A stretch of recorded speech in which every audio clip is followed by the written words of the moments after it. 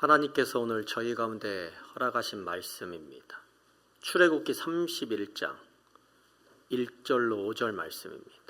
여호와께서 모세에게 말씀하여 이르시되 내가 유다 지파 훌의 손자여 우리의 아들인 부살레를 지명하여 부르고 하나님의 영을 그에게 충만하게 하여 지혜와 총명과 지식과 여러 가지 재주로 정교한 일을 연구하여 금과 은과 노수로 만들게 하며 보석을 깎아 물리며 여러 가지 기술로 나무를 새겨 만들게 하리라. 아멘. 오늘은 부살렐의 손기술, 일상에 성령이 임할 때라고 하는 말씀 제목으로 은혜를 나눕니다. 오늘 우리가 접하게 되는 이 성경의 인물 부살렐이라고 하는 사람은 조금 낯선 인물 같아요. 그러나 우리가 성령의 이야기를 할 때 너무나도 중요한 사람이기 때문에 오늘 이 인물에 담겨져 있는 하나님 아버지의 가르침을 절대 놓치지 않기를 예수님의 이름으로 축원합니다. 여러분 한번 매 주일마다 여러분 일상적으로 맞이하게 되는 그 저녁을 한번 생각을 해보세요. 한 9시 혹은 10시 정도쯤. 그때 마음이 어떠세요? 마음이 평안하죠. 그렇죠. 우리 믿는 사람들은 그 시간이 되면 평안한 마음이 있어요. 왜냐하면 하나님을 사랑하는 예배를 아버지 앞에 올려드리고 그날 하루하루를 정리해 나아가며 내 영성이 내 마음이 무엇인가 평안한 모습 가운데 그렇게 자리를 잡고 있습니다. 그런데 이토록 고요한 그 평안이 다음날 아침 일어나면 월요일 알람 소리와 함께 무참히 깨어지게 됩니다. 바쁜 일상이 막 시작이 되어집니다. 바로 그렇게 되면 나도 모르는 사이에 그 일상적인 삶을 급하게 살아가야 되기 때문에 내 몸을 그 일상에 막 꾸겨 넣는 것이죠. 그리고 운전대를 붙잡고 출근을 할 때 밖에 나가면 시커먼 매연이 앞에 가득 차죠. 그리고 너무나 차들이 많아서 마음이 답답한 그런 모습 가운데 여러분 있습니다. 주부들은 또한 어떠합니까?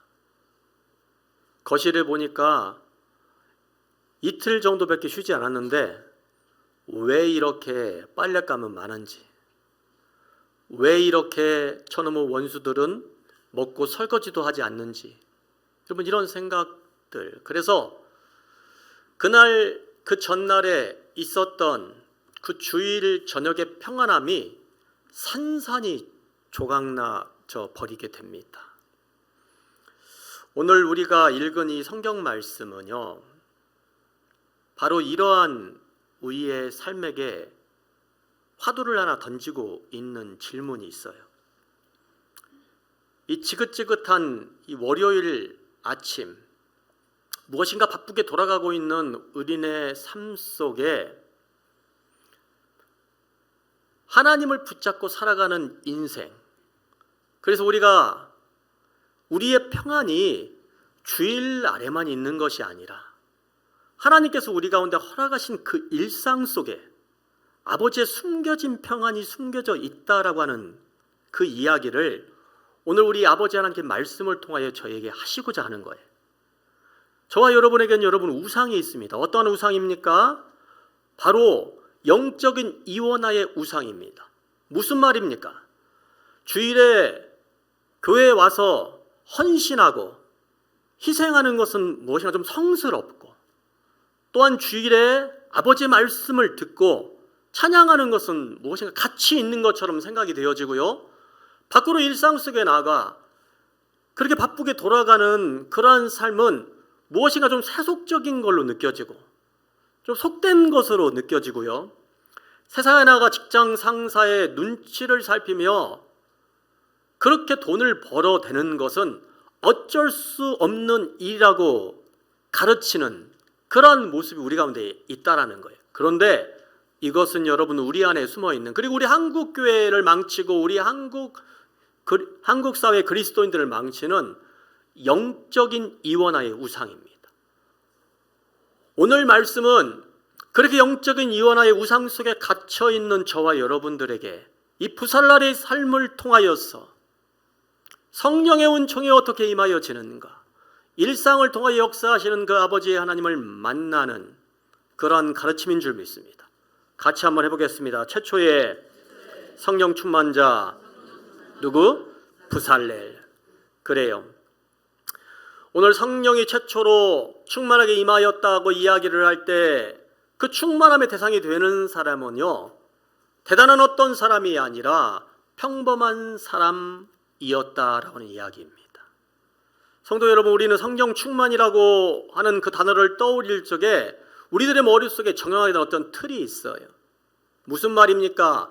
모세가 금식을 하고 기도를 크게 열심히 해서 하나님 앞에 부를 받은 어떤 선지자, 아니면 지팡이를 들어 올리고 말 한마디로 저 시퍼런 홍해바다를 가르는 모세와 같은 이미지, 혹은 기가 막히게 거룩한 옷을 입고 그 예배를 인도해내는 그 제단 위에 아론과 같은 이미지로 성령 충만을 생각합니다. 그러나 오늘 말씀에서 이 성령 충만의 주인공이 되고 있는 부살렐은 그러한 사람이 아니에요. 성경 전체의 역사에서 신약에서는 성령이라고 이야기가 되어지고 구약에서는 하나님의 영이다라고 이야기되어지는 이 성령, 이 하나님의 영이, 성령이 충만하게 임하여졌던 최초의 인물이 구약에서 바로 부살렐이라고 하는 사람입니다. 그런데 이 부살렐은 말씀드린 바와 같이 위대한 사람이 아닙니다. 눈에 띄는 기가 막힌 위치에 있는 사람이 아니라 지극히 평범한 사람입니다. 광야 첫 떼약볕에서 오늘 말씀해 보니 부살렐의 직업이 어떤 사람입니까? 그냥 금속을 세공하는 세공장이요, 나무를 만지는 그러한 장인이었다는 이야기입니다. 오늘 이 사람에게 성령이 임한 거예요. 오늘 이것은 여러분 놀라운 사실을 가르쳐주고 있어요. 이 시대의 사람들도 성령이라면 어떻게 우리 가운데 임하여지는가, 우리가 생각한 그 지성소, 때가 되면 하나님 앞에 예배하는 1년 중에 한 날, 그렇게 거룩한 곳에 거룩한 분이 인도를 해야만 임하여지는 영이 바로 성령인데, 그 성령님이 지극히 평범한 부살렐이라고 하는 사람, 그리고 부살렐이라고 하는 그 사람의 일상적인 삶의 자리, 땀으로 범벅이 되어지는 바로 그 일터 위에 성령님께서 전폭적으로 배들어와 계시다라는 거예요. 오늘날 우리로 치면 동네 여기저기서 여러분 공사를 하고 있는 배관공들의 모습, 소위 말하면 우리가 직업군으로 따지면 무엇인가 특별한 위치가 아니다라고, 나도 모르는 내 마음속에 저들의 직업군을 한 발 낮게 보고 있는 그러한 평범한 사람, 어쩌면 비천한 자리 가운데 있는 사람들에게 성령님이 임했다라고 하는 사실입니다. 하나님은 여러분 어느 높은 곳에 숨어서 박제되신 분이 결코 아닙니다. 오늘 아버지 하나님이요, 그래서 여러분의 평범한 일상, 그 서류뭉치 속 여러분이 일하고 있는 그 평범한 삶의 자리에서 바로 이렇게 부살렐에게 임하였던 것처럼 그렇게 여러분의 삶의 자리 가운데 다가와 주시는 분임을 고백합니다. 사랑하는 성도 여러분, 그러니 오늘 땀방울 놓여 있는 여러분의 삶의 자리를 아버지를 만나는 귀한 성령의 처소로, 예배의 처소로 항상 인식하시고 기대하시는 마음으로 그 삶을 살아가시는 저와 여러분이 되시기를 예수님의 이름으로 축원합니다. 둘째로는 어떤 겁니까? 같이 한번 해보겠습니다. 생계형 노예에서 하나님의 대사인 걸작품으로. 여기서 말하는 이 대사는 말의 대사가 아니라 하나님의 뜻을 증언하는 대사, 대사관에 있는 그 대사를 이야기하는 것입니다. 오늘 성령 충만을 받은 이 사람이 평범한 사람이었다라고 하는 이 사실이 오늘을 살아가고 있는 저와 여러분에게 어떠한 의미가 있습니까? 이를 명확히 하기 위하여서는요, 이 부살렐이라고 하는 사람의 이름을 정확하게 알아봐야 될 필요가 있어요. 부살레일이라고 하는 이 이름의 원어적 의미는 하나님의 그늘 아래라고 하는 아주 아름다운 뜻을 가지고 있어요. 그러나 역사를 여러분 되짚어 보면 그 사람의 삶은 그 사람의 이름처럼 하나님의 그늘 아래 있는 아름다운 삶이 아니었어요. 부살렐은 애굽의 노예 신분에 불과한 사람이었습니다. 여러분, 이 당시 노예는요, 그들의 삶은 삶이 아니에요. 그면 시키면 시키는 대로, 주면 주는 대로 인생이 없는 것이죠. 더군다나 이들은 어디에서 노예 생활을 했습니까? 애굽이라고 하는 그 대제국 압제 안에서 노예 생활을 했어요. 여러분, 지금 우리가 보고 있는 수많은 피라밋들, 수많은 이집트의 건축물들은 그 당시 노예의 피와 땀으로 목숨으로 지어져 올린 거예요. 아침부터 저녁까지 일을 하는 겁니다. 몸이 아파도 소용없습니다. 일을 하다가 뼈 여기저기가 부러져도 소용이 없는 거예요. 그냥 놓고 방치하고 죽음에 이르기까지 놓아두고 그냥 그 일을 하는 것이죠. 바로 그러한 삶을 살아가고 있었던 사람이 부살렐이라고 하는 사람이었어요. 그래서 그가 죽어도 누군가 알아보지도 않습니다. 그 이름 드러나지도 않습니다. 세상의 눈으로 바라볼 때는 부살렐의 손은 아무런 가치도 없고 천대받아 마땅한 그저 진흙과 먼지 투성이의 노예의 손이었던 것이었습니다. 그런데 놀랍게도 그 비천한 손이 아버지 하나님께 붙잡힌 바 되어지고 주님의 성막을 위하여 쓰임받게 될 때에 놀라운 삶의 축복이 그에게서 일어나게 되는 거예요. 사도 바울은요, 에베소서 2장 10절을 통하여 이 극적인 변화의 본질에 대하여 이와 같이 선포합니다. 말씀 봅니다. 우리는 그가 만드신 바라 그리스도 예수 안에서 선한 일을 위하여 지으심을 받은 자니 이 일은 하나님이 전에 예배하사 우리로 그 가운데서 행하게 하려 하심이니라. 아멘. 여기서 번역되어지는 만드신 바, 원어로 포이에마라고 하는 단어입니다. 이것은 그냥 수없이 많은 물건을 찍어내는 단어가 아닙니다. 예술가가 무엇인가 걸작품을 하나 만들어내기 위하여 그의 혼과 영혼을 다 담아서, 정신을 다 담아서 유일하게 하나 만들어내는 걸작품이 바로 포이에마라고 하는 단어를 쓰고 있는 거예요. 여러분, 이게 무슨 말입니까? 우리네 삶이 평범한 일상 속에서 그냥 되어져가는 그러한 삶인 것 같지만 저와 여러분이라고 하는 인생은 예수 그리스도의 핏값의 보혈로 만들어진 소중한 존재라고 하는 사실입니다. 에베소서의 고백처럼 그의 지으신 바 된 소중한 존재들이라는 것입니다. 그러므로 저와 여러분의 삶의 환경이 어떠하든지 어떠한 형편 가운데 놓여 있든지 그 자체 하나만으로, 그 존재 하나만으로 소중히 여김을 받는 존재라는 것. 그러나 여러분, 우리는 바로 이곳에서 현실적인 질문을 한번 던져보기를 원합니다. 당장이라도 모든 것들을 정말 때려치고 싶은 것이 우리네 현실인데, 오늘 이 귀한 말씀의 고백처럼 내 인생이 아버지 하나님께 지음받은 그러한 소중한 인생이라고 하는 그런 깨달음이 저와 여러분의 인생을 무엇인가 극적인 그런 삶의 환경으로 바꿔낼 수 있습니까? 쉽지 않죠. 무슨 말입니까? 무조건 덮어두고 그냥 긍정적으로 생각하라는 이야기입니까? 아닙니다. 성경은 긍정적인 것을 이야기하는 자기 개발서는 더더욱 아니기 때문에 그렇습니다. 이것은 여러분 어떤 말입니까? 주님이 원하시는 것은 단순히 우리의 마음을 컨트롤하라고 하는 이 마인드 컨트롤이 아니라 내 삶의 소속과 정체성을 분명히 하라는 거예요. 내가 이 땅에 살아가지만 내 소속은 어디인가? 내 정체성은 어디인가? 여러분, 적군 한가운데에 대사관이 있다고 한번 가정해 보겠습니다. 여러분, 적군의 나라니까 그 나라에 들어가는 것이 얼마나 힘들어요. 얼마나 무섭습니까? 그런데 그 나라 한가운데 있는 대사관의 담장을 내가 뛰어넘어 들어가기만 하면 그때부터 나는 적군 안에 있는 것이 아니에요. 대사관 안에 있으니 나는 내 나라의 법을 적용받는 치해법권에 모습 속에 있는 거와 여러분 똑같습니다. 우리가 아버지 하나님을 믿는 믿음의 자세도 바로 이와 같은 거예요.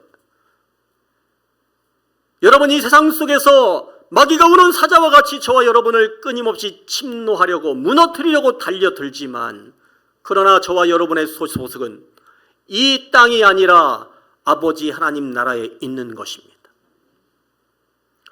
오늘 사도 바울은 저와 여러분의 소속이 어디에 있는지 명확하게 말씀으로 증언하고 있어요. 같이 한번 해보겠습니다.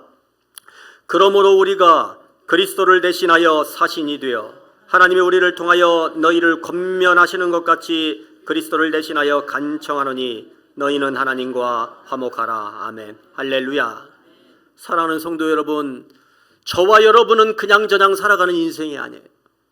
저와 여러분은 그리스도의 핏값으로 지음받은 몸이고요, 여러분이 있는 지금 삶의 현장에 그냥 던져진 것이 아니라 우리 아버지 하나님의 위대한 사람으로, 사자로 여러분 던져진 인생이라는 거예요. 그러므로 나는 하나님의 통치권과 권위를 이 땅 가운데 위임받아 하나님 나라의 독립된 사신으로 이 땅 가운데 그 삶을 살아가는 사람이다. 그러니 나는 내가 인생을 살아가면서 생계형 노예처럼 이리저리 질질 끌려가는 인생으로 내가 살아가는 것이 아니라, 나는 아버지 하나님의 나라를 태어나는 사람으로서 내가 인생을 살아간다, 내 삶을 살아간다라고 하는 그러한 믿음의 고백이 여러분 가운데 있기를 주님의 이름으로 축원합니다. 노예 상태로 질질 끌려다니는 그 수동적인 태도를 이제로부터 나사렛 예수 그리스도의 이름으로 철저하게 끌어내시는 분들이 되시기를 예수님의 이름으로 축원합니다. 여러분의 삶의 자리는 포로의 자리가 아닙니다. 하늘 태사의 집무심을 결코 잊지 마시기를 바랍니다. 셋째로 어떤 겁니까? 같이 한번 해보겠습니다. 정직함과 성실함이라는 권능. 할렐루야. 일터의 영성은 말에 있지 아니하고 정직함과 성실함으로 증명된다라고 하는 이야기입니다. 내 책상과 내 삶의 자리가 하나님 나라의 대사관이라고 하는 그 사실을 알았어요. 그러면 여러분, 우리는 어떻게 살아가야 됩니까? 이제 성령 충만을 받았어요. 그래서 내 안에 그 영이 충만합니다. 그래서 기쁨이 넘쳐요. 그러나 이 감정이 단순한 하나의 엑스터시 감정으로 끝나는 것이 아니라는 이야기입니다. 오늘 우리가 읽은 본문 말씀은 부살렐이 그러한 삶의 모습으로 그의 인생을 끝낸 것이 아니라 그가 아버지 하나님의 영을 받은 이후에 어떠한 일을 했는가를 우리에게 보여주고 있어요. 성령의 에너지는 부살렐의 심장을 지나서 그가 일하는 손길을 통하여 흘러나갔다는 이야기입니다. 지혜와 총명과 지식으로 그는 곧 여러 가지 재주를 가지고 하나님의 성전을 짓는 그 일을 하기 시작했어요. 오늘 본문 출애굽기 31장 3절에 등장하는 이 재주라고 하는 단어는요, 멜라카라고 하는 단어를 씁니다. 여러분, 이 멜라카가 어떤 단어입니까?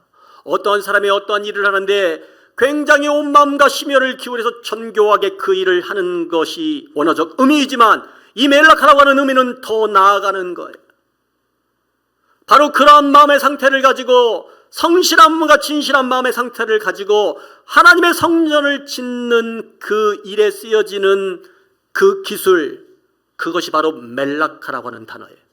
그래서 여러분, 이 멜라카라고 하는 단어는 오직 성막을 지을 때만 쓰임을 받는 단어입니다.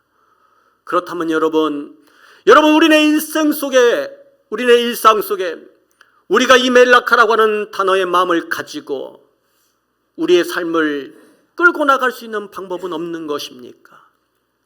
오늘 그 엄청난 사실을 보여주고 있는 성경 스토리 하나가 등장을 합니다. 바로 사도행전 9장의 도르가 이야기입니다. 여러분, 도르가가 어떤 여인입니까? 요빠에 살고 있는 가나안 여인이었어요. 그는 위대한 사도도 아니었어요. 그가 가지고 있는 기술이라군요, 바늘과 실뿐이었어요. 그녀는 이 바늘과 실을 가지고 요빠에 살고 있는 가난한 과부들을 섬기기로 그가 작정을 한 것이에요. 날밤이 새도록 침침한 눈을 붙들고 이 과부들을 위하여 내가 가지고 있는 실과 바늘을 가지고 이들을 위한 겉옷과 속옷을 지어 올리는 거예요. 여러분 얼마나 힘이 들겠어요. 그러나 나를 세고 있는 그녀의 일터가 하나님이 마시는, 하나님 주목하시는 성령의 은혜의 자였다는 겁니다. 그녀가 죽자 그녀의 옷을 받아든 과부들이 베드로에게 찾아와요. 그리고 울면서 이야기를 합니다. 베드로 선생님, 이 옷을 보세요. 베드로 선생님, 이 옷을 봐주세요. 도르가가 지은 옷입니다. 과부된 모습으로 인생을 살아가는 것이 얼마나 힘이 듭니까? 사람들이 얼마나 무시합니까? 그런데 도르가의 그 사랑 때문에, 그 눈물 때문에 내 인생을 여기까지 살아올 수 있었어요. 선생님, 베드로 선생님, 도르가 제발 살려주세요. 여러분, 아버지 하나님께서 역사하시는 거예요. 우리 주님은 도르가의 그 일상의 삶의 현장을 기억하고 계시는 거예요. 그리고 그 일상의 삶의 현장에 그녀의 성실한 모습, 진실한 모습을 예배로 받으시는 거예요.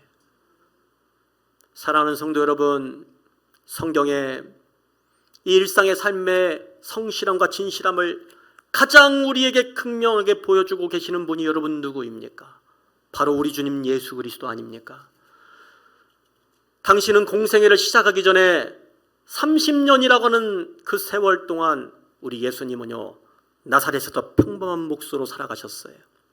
그 몫으로 살아가시는 동안에 여러분, 마을 사람들이 예수님께 찾아왔을 것 아닙니까?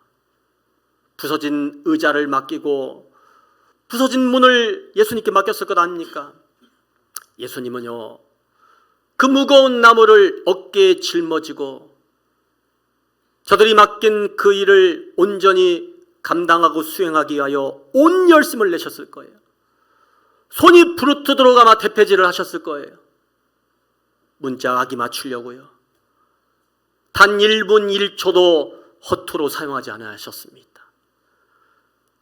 바로 그 자리가 우리 예수님 함께 하시는, 우리 하나님 함께 하시는 성령 충만의 자리였다는 이야기입니다. 우리는 이 지점에서 우리의 신앙의 위선적인 모습을 한번 되돌아봐야 됩니다. 여러분, 우리는 주일날 교회 와서 하나님 앞에 감격스러운 예배를 올려드립니다. 그리고 교회에서 나름대로의 이름을 붙잡고 헌신을 합니다. 그런데 월요일날 여러분의 삶의 현장, 여러분의 직장에 돌아가면 여러분은 어떠한 삶의 자세로 일을 합니까? 주인의 눈에 띄지 않는 곳에 숨어서 그냥 적당히 이 시간만을 때우면 된다 라고 이야기를 하며 그 일을 감당하고 있지는 않습니까? 내가 지금 하고 있는 그 일을 통하여 내가 만나는 수많은 사람들이 있잖아요. 나도 모르는 사이에 그들에게 얼굴을 찡그리며 화를 내는 모습은 보이고 있지는 않습니까? 남이 보지 않는다고 하여서 장부의 숫자를 몰래 속이어서 내 이익을 탐하는 그러한 일들은 여러분 하고 있지는 않습니까? 예배당 안에서는 성인인데 일터 한복판에서는 철저하게 나도 모르는 속물로 바뀌어버리는 것이 어쩌면 우리네 현실일 수 있습니다. 오늘 우리가 읽은 본문은요, 어쩌면 그렇게 살고 있는 저와 여러분을 향하여 회개를 촉구하고 있는 거예요. 성령의 진짜 권능은 다른 것에 있는 것이 아니다. 지금 내가 하고 있는 그 일 가운데 성실함과 진실함으로 최선을 다해라. 성령의 권능은 멀리 있는 것이 아니라 지금 너가 하고 있는 그 일자리, 그 삶의 자리에서 하나님의 살아계심을 증명해 내는 것이 바로 성령의 능력이다.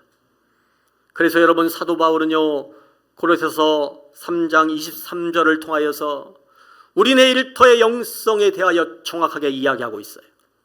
무슨 말입니까? 말씀 봅니다. 무슨 일을 하든지 마음을 다하여 죽게 하듯 하고 사람에게 하듯 하지 말라. 아멘. 할렐루야.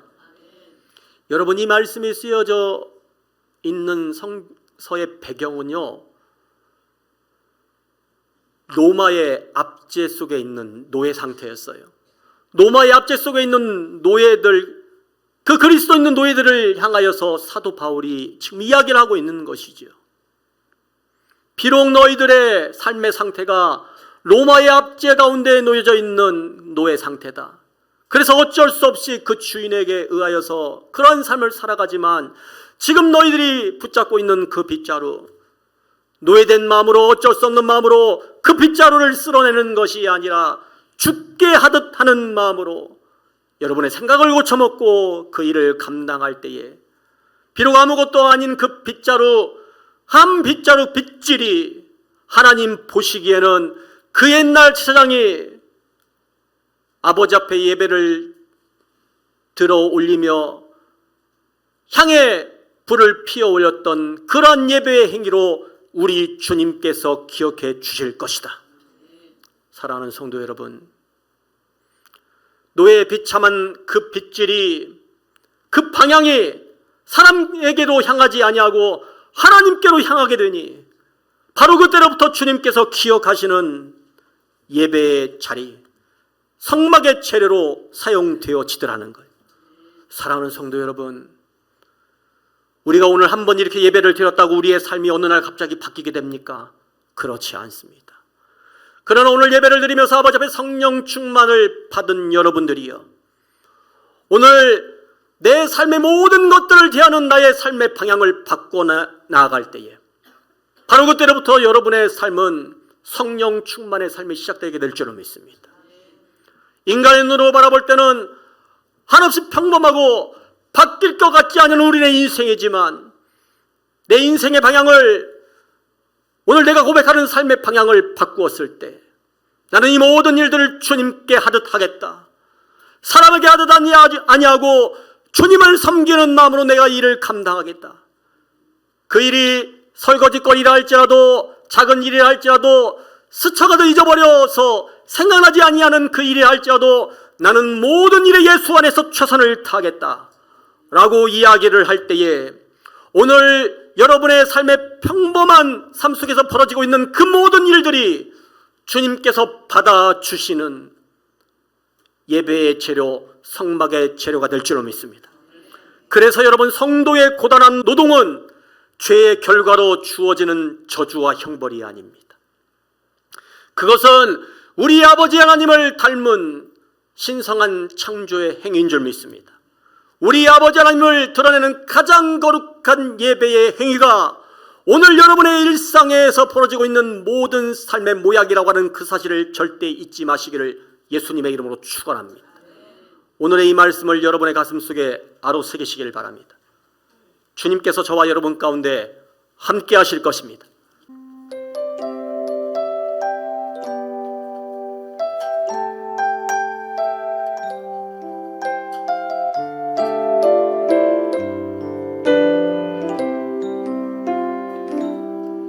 날이 저물어 갈 때 빈들에서 거들 때 그때가 하나님의 때, 내 힘으로 안 될 때, 내 힘으로 안 될 때, 빈손으로 걸을 때 내가 고백해 여호와 이래.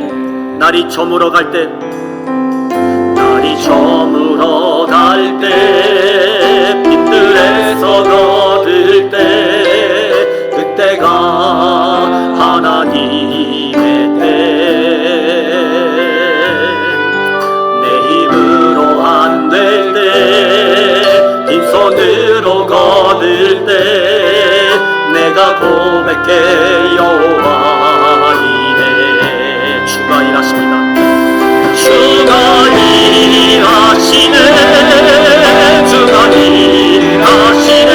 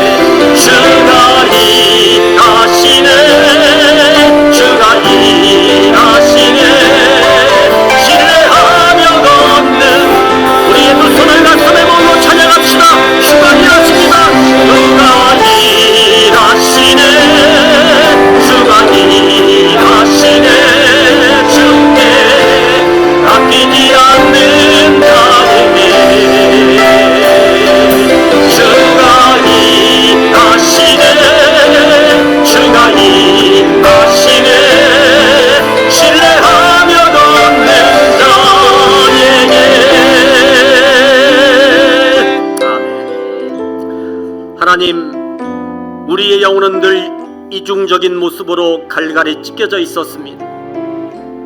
주일의 자리는 거룩한 영성의 공간으로 아버지 하나님 예쁘게 고결하게 포장하면서도 문을 나서는 순간 마주하게 되는 나의 삶의 현실은 은혜와는 아무런 상관이 없는 버거운 모습으로만 우리 내 인생을 살아왔습니다. 아버지 하나님, 내가 서 있는 모든 자리가 주님을 높이고 증거하는 사역의 현장이 되게 하옵소서. 아버지 하나님, 성실함과 진실함으로 최선을 다하는 그 자리 가운데에 부족하지만 이 내 삶이 주님을 증거하는 삶이 되게 해달라고 우리 주님 한번 여러분 함께 기도합니다.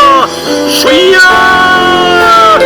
우리 아버지 하나님, 인생을 살아가며 수많은 삶의 자리 그 환경 속에서도 우리의 마음 중심은 결코 주님을 거부하지 않으며 우리 아버지 하나님이시여 그 어떠한 일은 이 작은 일이라도 기도를 하는 우리의 삶이 되기를 우리가 간절히 소원합니다. 주 앞에 진실을 되옵소서. 주 앞에 성실하게 되기를 우리가 간절히 소원합니다. 우리 아버지 하나님, 성령 충만히 영광에 임할 수 있겠사오니까 오늘 주어진 나의 삶의 모습 속에서 아버지를 향하여 믿음으로 나아가며 주를 향한 성실과 진실함의 열매 부분이 열매라며 온전히 맺어나갈 때 오늘 그들의 연매를 삶을 끝나게 주시고 성령 충만의 영으로 진이 함께해 주셔서 오늘 아버지, 내가 이 사람을 남아버려 얻는 인생이 아니라 동물적인 인생이 아니라 어떤 은혜의 세계로 나로 하여금 낭비할 수 있다고 하는 그 사실을 깨달아 알게 하옵소서. 주옵시기를 원합니다. 우리 아버지 하나님, 예배당 문을 나서는 우리의 발걸음마다 세상의 유혹에 타협하지 않는 정직한 단단함을 허락하여 주시기를 원합니다. 모든 일상을 대할 때에 또한 아버지 모든 사람을 대할 때에 만왕의 왕신 주님을 대하듯 아버지 하나님, 그러한 신실한 태도로 우리의 일상을 채워나갈 수 있도록 인도하여 주시기를 원합니다. 아버지 하나님, 우리의 성실한 삶의 처치가 세상 속에서 하나님의 살아계심을 증거하는 삶이 될 수 있도록 인도하여 주시옵소서. 예수님의 이름으로 간절히 기도하옵나이다. 아멘.